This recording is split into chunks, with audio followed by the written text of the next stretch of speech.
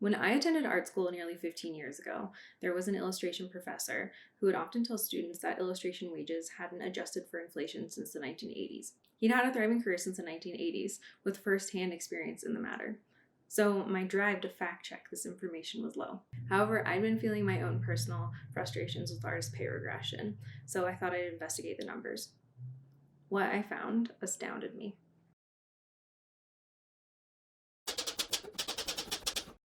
According to the document Earnings of Artists 1980 by author Diane Ellis, published in 1987 by the National Endowment for the Arts, Washington, D.C. Research Division, the average household income of a female artist in 1980 was $24,153 US. For men, it was slightly higher at $27,412.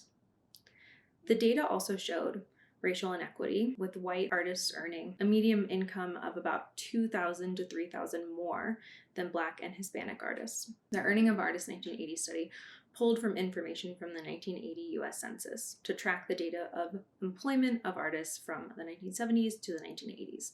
Having information like this publicly available and at our disposal is really important. It allows us to gain insight into our own lives as professional creatives and use data to understand our history in the same career.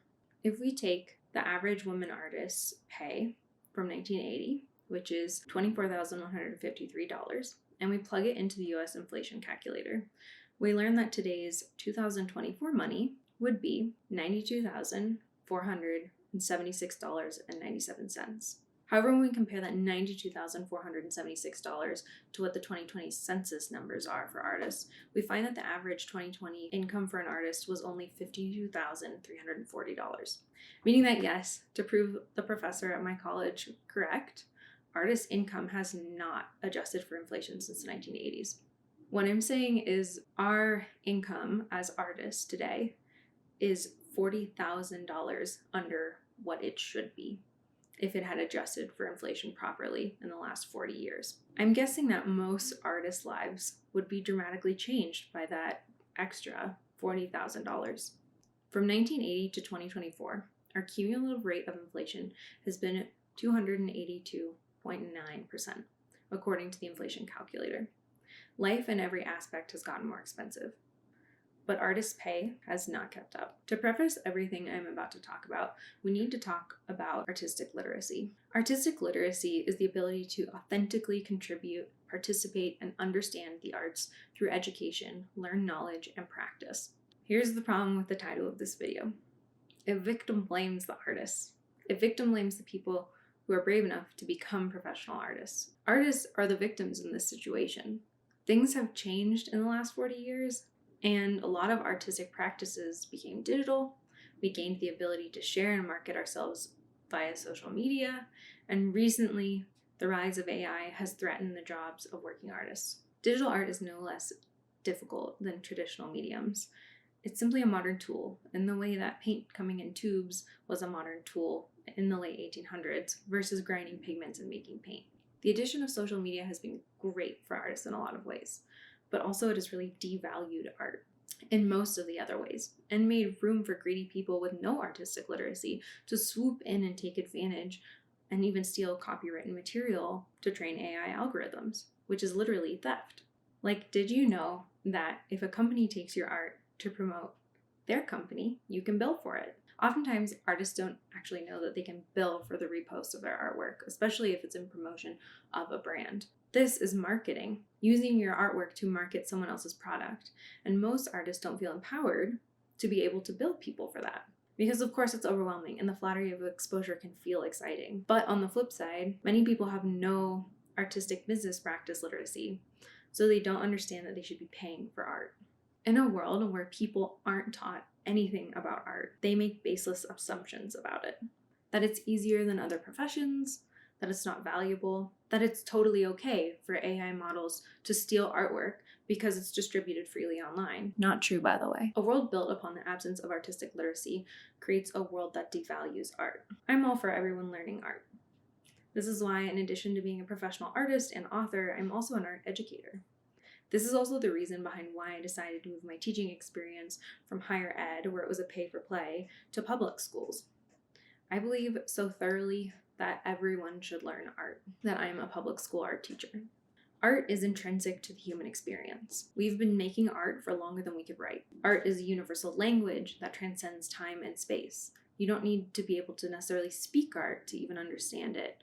It benefits us all when we encourage creation. I also feel that everyone can make art. With enough hours, of course, most people can become proficient artists in the same way they can learn to be proficient in any sport or any other thing. With enough drive, man-hours, and education on a topic, you can master it and develop respect for it. As a society, since we've basically erased art literacy and cut so much of public schools' budgets so that many schools don't even have art classes or art teachers, we have not only devalued art, but we have erased the integrity of art as a pursuit. So much so that art education is often seen as less than other educations. Why get a degree in art when you can get a degree in engineering or something worthwhile so you can make money? Just late capitalism thing. So I went to art school. Specifically, I went to one founded in 1907 during the worldwide arts and crafts movement. My school is in California, which also has a lot of arts and crafts influence, especially in the Bay Area where I'm from. The arts and crafts movement is a subject that I had good fortune to learn about as a kid, both in school and at home. I even wrote my high school term paper on the arts and crafts movement. And I featured my future college heavily as a shining example of that movement. Inspired by nature, flora, and fauna, the arts and crafts movement changed design thinking after a bleak but transformative period of the Industrial Revolution. During this movement, artists went back to the craft of making art, which is where we get the term arts and crafts. Arts and crafts doesn't mean craft store or Hobby Lobby. Crafts in this connotation means craftsmanship.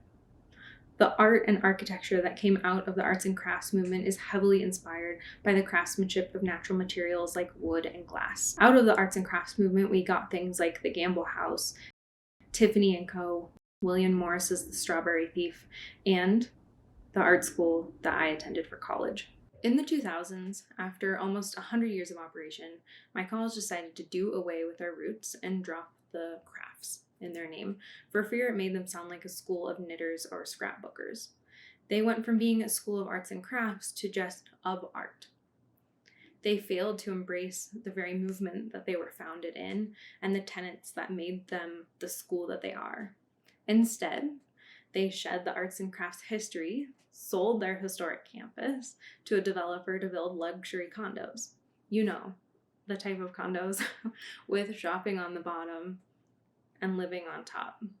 Last I heard, they'd also removed some of the historic majors like glass blowing.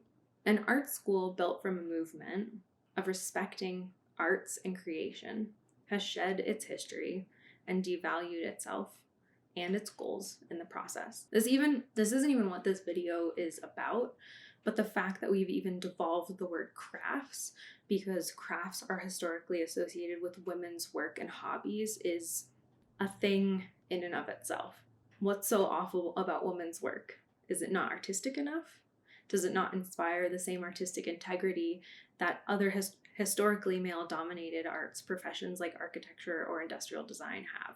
Anyways, the problem is that while we sometimes include art education in our general education, we do not put it on an equal level to our other studies. Even when studies have proven that art education is vital to creating well-rounded individuals through empathy building, higher civic engagement, increased tolerance, higher test scores, a higher likelihood of attending college, and more. Studies prove again and again that we are cutting funding for education, and art education makes us better humans.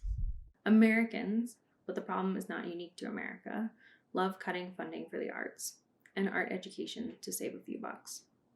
We treat art like something you do when you're a kid, but not even all kids have access to it anymore.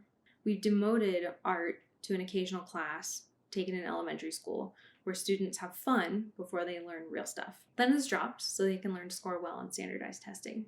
Art proficiency is viewed as less valuable than testing proficiency in our modern world. Art, just like math, history, or a language, is a skill to be taught and learned. It is something you get better at with practice. It is something that makes more sense when you understand the history of it. There's a reason why, according to Colorado State art standards, you have critique days and art practice days in art education. Yes, art is something to do and to feel. And yes, many people are driven to create art.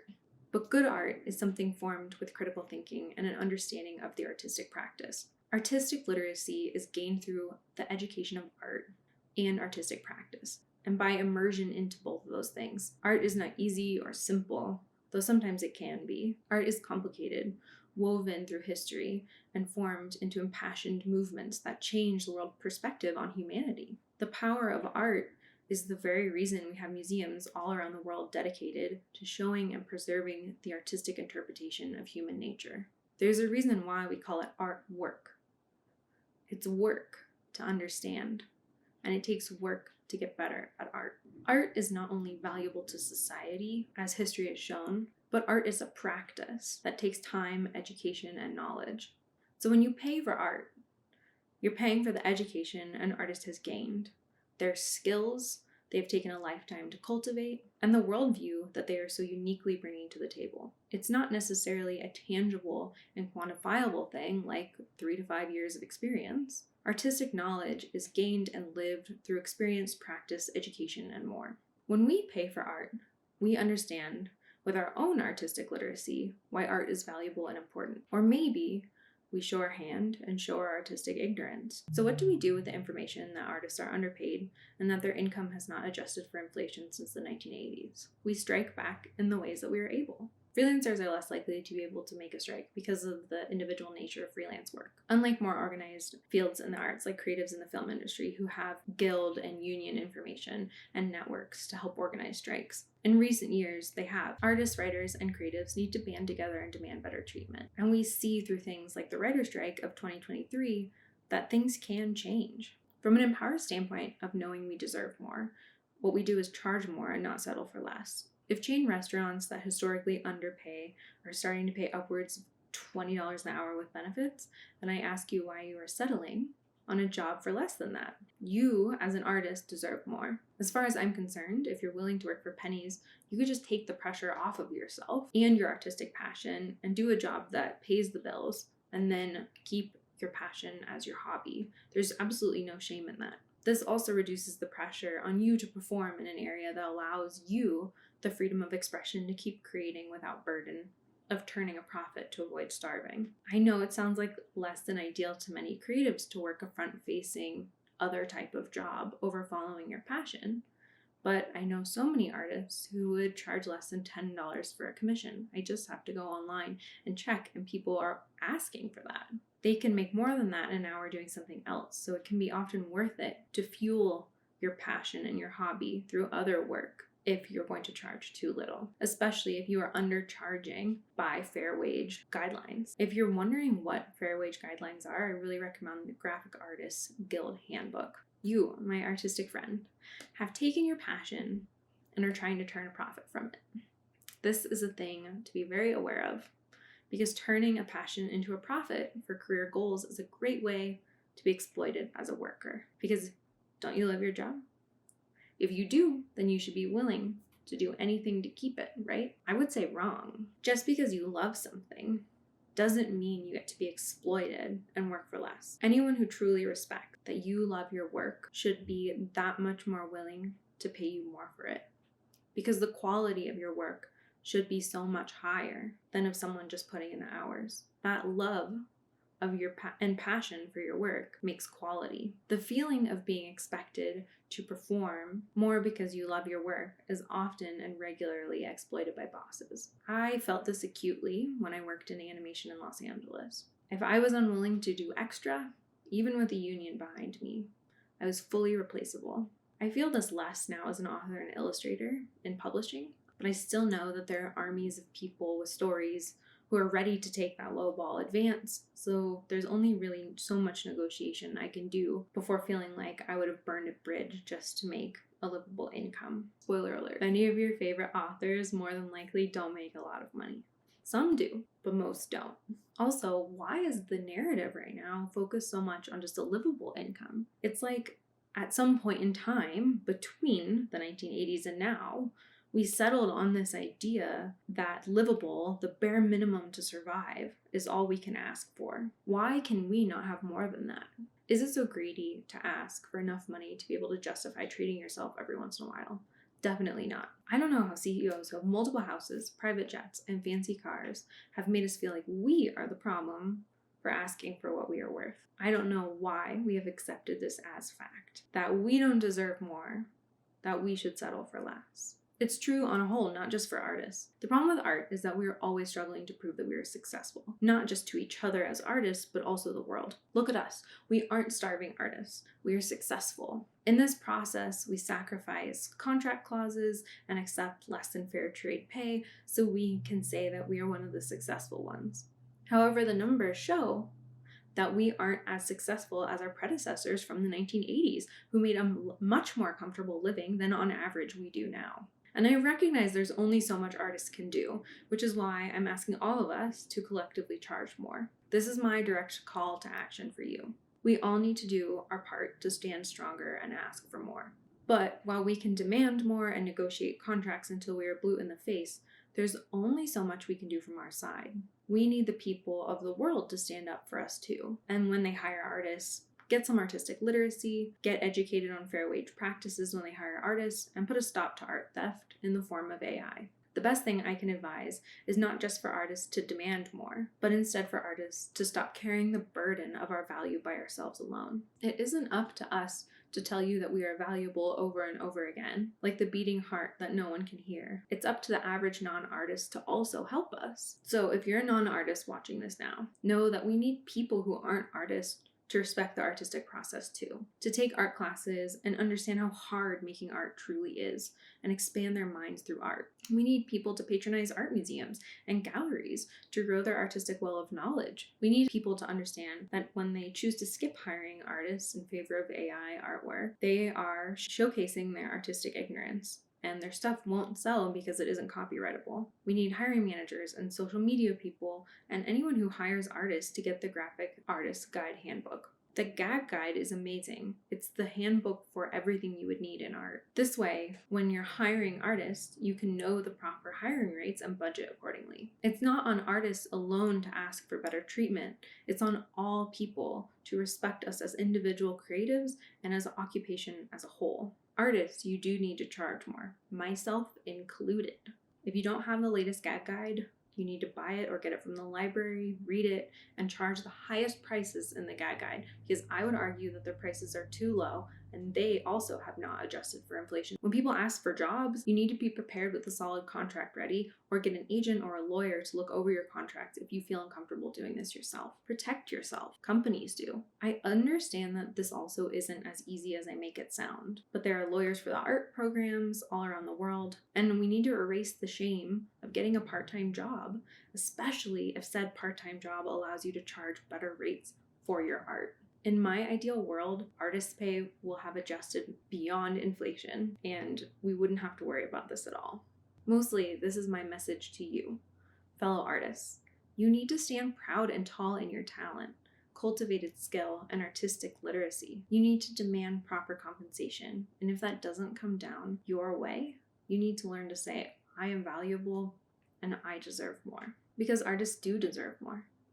And it's time we shift the narrative of the starving artist to instead put the blame on people who don't budget properly for hiring artists. Why are we starving when people could pay for us, but they're greedy and don't want to? Shame on anyone who is ignorant, who devalues art, and cannot realize that artists are valuable. When we take in good art, good movies, good books that make us feel seen and open our eyes to the world around us, we are excited about art. There's a reason people are excited about the ability to have art at their fingertips with the AI, even though I would argue it's misguided. It's because artists are valuable, and art is valuable. Artists are needed because art is intrinsic to humanity. So respect us, pay us.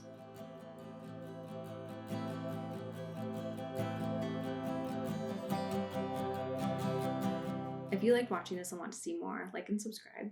And if you want to read more from me, you can check out my weekly Substack, which is called Planting Seeds. I'm also an author and illustrator, and you can find my books anywhere that books are sold or even at your local library.